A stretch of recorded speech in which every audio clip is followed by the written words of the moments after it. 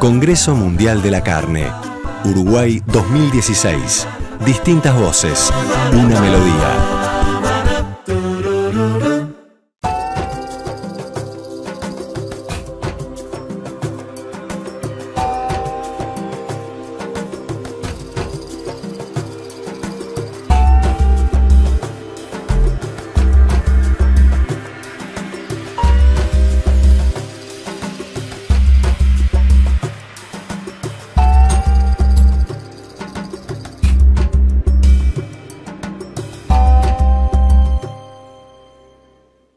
Ministro, lo hemos estado escuchando hablar de lechería, estuvo reunido con las gremiales, estuvo reunido con la Asociación Rural del Uruguay, con la Federación Rural del Uruguay. Sin duda, momentos muy buenos que se están tratando de hacer o de llegar o de conjugar. El Ministerio, como todos los años, espero que este año tenga la misma participación, obviamente, aquí en el Prado, abriendo las puertas también a los periodistas agropecuarios, ¿no?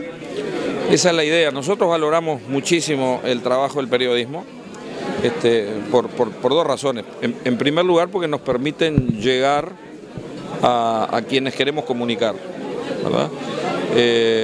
Y en segundo lugar, porque muchas veces a través de las preguntas que nos hacen los periodistas se canalizan inquietudes que la sociedad tiene, dudas o planteos, y entonces contestando esas preguntas tenemos la oportunidad de decir lo que estamos haciendo, de comunicar lo que pensamos y en definitiva de informar, porque los que estamos en un rol de conducción de política pública debemos necesariamente guiarnos por una ética que se resume en decir lo que uno piensa y tratar de honrar el compromiso público hasta haciendo lo imposible por hacer lo que uno dice.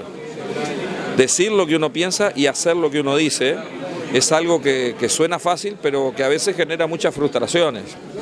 Yo llevo casi 7 años de ministro de Agricultura y es una actividad apasionante y ha sido en algunos momentos extenuante. El problema más grande que tiene es que a veces uno puede lograr y concretar mucho menos cosas que la que se plantea. Este espacio del Ministerio en el Prado está dedicado a los jóvenes y a los niños, a la gente que a veces tiene su primer contacto con la actividad agropecuaria en una visita al Prado. Bueno, nosotros pretendemos que el stand del Ministerio sea un lugar que refleje austeramente, como dije hoy, es decir, el primer objetivo era gastemos 30% menos que lo que gastamos el año pasado. Y acá hay dos mensajes, ¿no? Un mensaje que tiene que ver con el bosque nativo, en un año donde el Uruguay tiende a seguir creciendo en su forestación artificial, pero sin haber afectado el bosque nativo, y que es un ejemplo de, como dije en el discurso inaugural, es un ejemplo de política pública que logra contemplar y balancear equilibradamente el crecimiento con el desarrollo y con el medio ambiente. Es un ejemplo de política pública, digamos, yo diría exitosa, y el techo de agua con aquella pantalla llovida apunta al futuro, es decir, la posibilidad de hacer lo mismo que hicimos con un equilibrio de forestación, bosque nativo y campo natural con el agua en los sistemas de producción.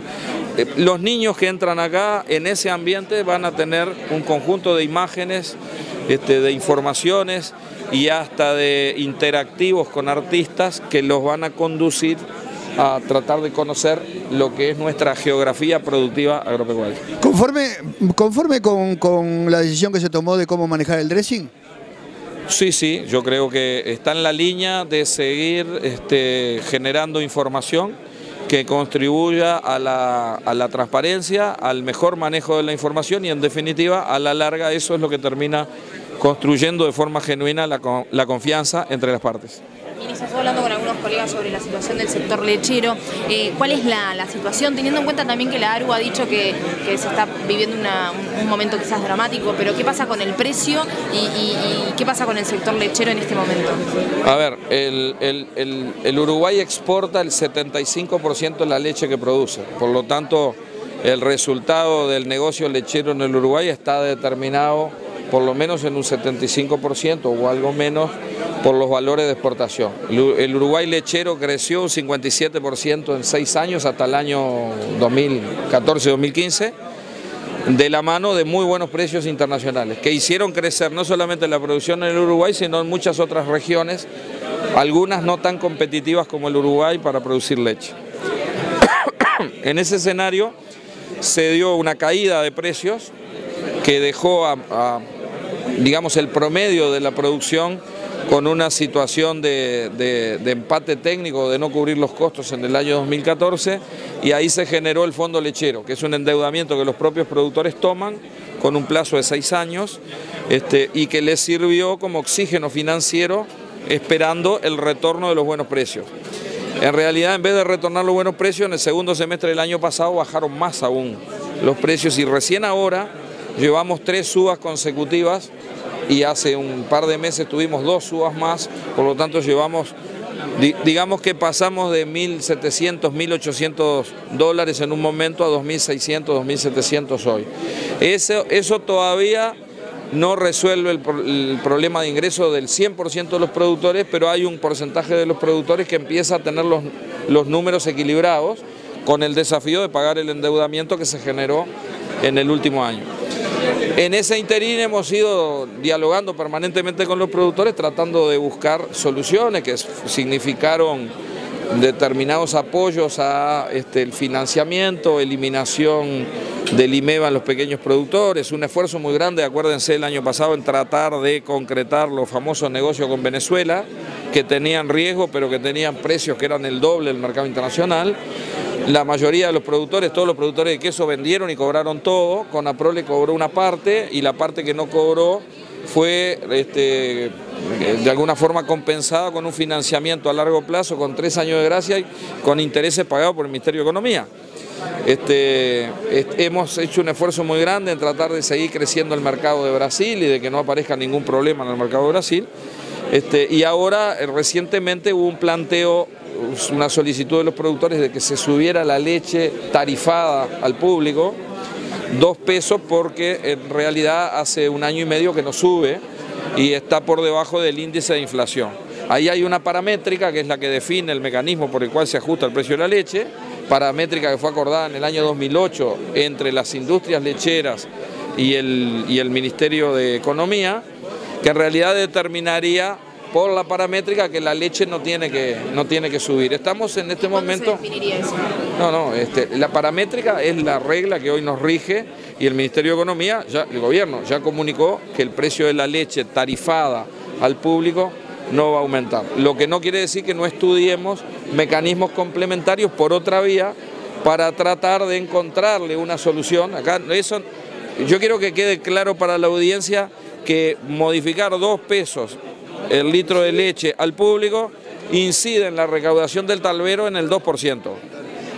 Por lo tanto, que nadie se genere la idea de que porque aumentemos la leche al público 2 pesos, la producción lechera resuelve todos sus problemas. Yo creo que acá tenemos que ir manejando esto equilibradamente con mucho diálogo.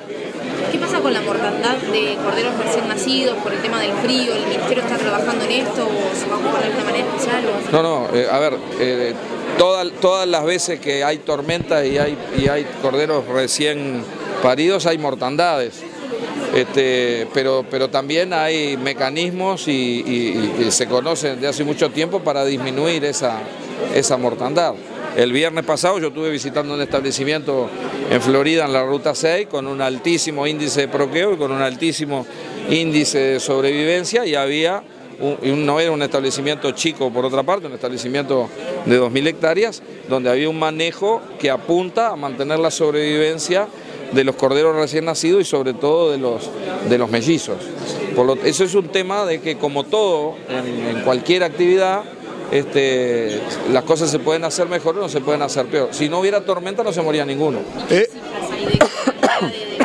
No tenemos cifras, pero cualquiera que sea de campaña sabe que después del temporal de Santa Rosa hay mortandad y los mecanismos son básicamente el abrigo, juntarlos, parirlos, hacerlos parir en superficies pequeñas. La oveja es un bichito muy productivo, pero precisa un señor que se llama pastor.